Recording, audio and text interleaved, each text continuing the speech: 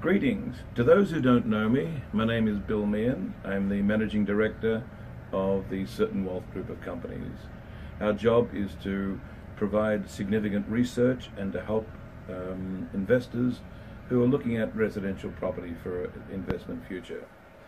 This particular session today is what I call a winter review, and mainly because at this moment of time it feels very much like winter here in Melbourne. But the demand for outer Melbourne housing and property is anything but abated. It's still running very strongly. You and I keep hearing stories about Australia being the most expensive land in the world. Absolute poppycock. That's the strongest I can be here in this video. Have these spruikers talking these stories ever travelled? New York, London, Paris, Tokyo, Shanghai, Hong Kong, and on the list goes.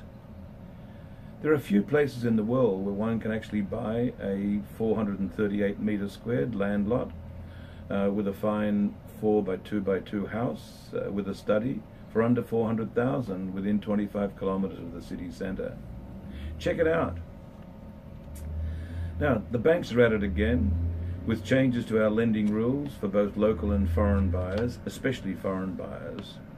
And at the same time, the RBA has held interest rates steady for this month, which is certainly having a positive effect on the property market in Melbourne, and over the next few months I see no difference there.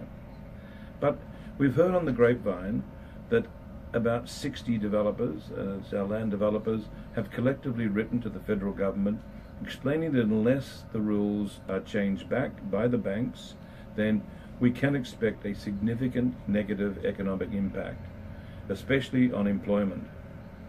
These precipitous actions by the banks will increase vacancies, and developers will be left with deposits on apartments, I'm talking about at the moment, paid by certain investors who will actually forego their initial deposits because they can't afford to put the right cash mix in for the rest since the banks have changed the rules. That means that apartments will have to be resold at a lesser price and either by the purchaser or the developer themselves. So why should I be buying a house and land property immediately with all this doom and gloom Bill's talking about? Most finance through the near future will be restricted to house and land acquisitions and not apartments. Therefore, we can expect an increased demand for house and land products that are around that 25 to 30 kilometres from the city. I think we can reasonably expect to see prices increase, not insignificantly. Doesn't it make sense? Supply and demand. At the moment, I believe that outer Melbourne properties are affordable, with interest rates being the lowest in our times and possibly even falling further. But oversiding all of these reasons is the fact that you need to ensure that you have sufficient investment property to achieve your long-term goals. That's what it's all about, isn't it?